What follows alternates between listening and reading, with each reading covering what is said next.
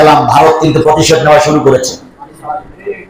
তারা কিন্তু বিভিন্ন জায়গার নদীর বাদ দিয়ে রেখেছিল, সেগুলো কিন্তু এখন ছেড়ে দিচ্ছে। আল্লামা সাঈদী 30 বছর আগে একটা বক্তৃতা করেছিলেন, দেখেন খেয়াল করে, সেটা খোঁজেন পাবেন।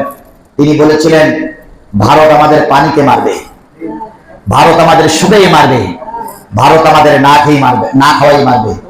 তবে ভারত, তুমি একটা জিনিস মনে রেখো, তোমার আছে বিরাট ভূখণ্ড, তোমার আছে বহুত লোকজন, তোমার আছে বহুত অস্ত্র, তোমার আছে বহুত ক্ষমতা, কিন্তু তোমার সব থাকলেও আমার 12 কোটি মানুষের একটা জিনিস আছে, সে জিনিসটা তোমার নাই।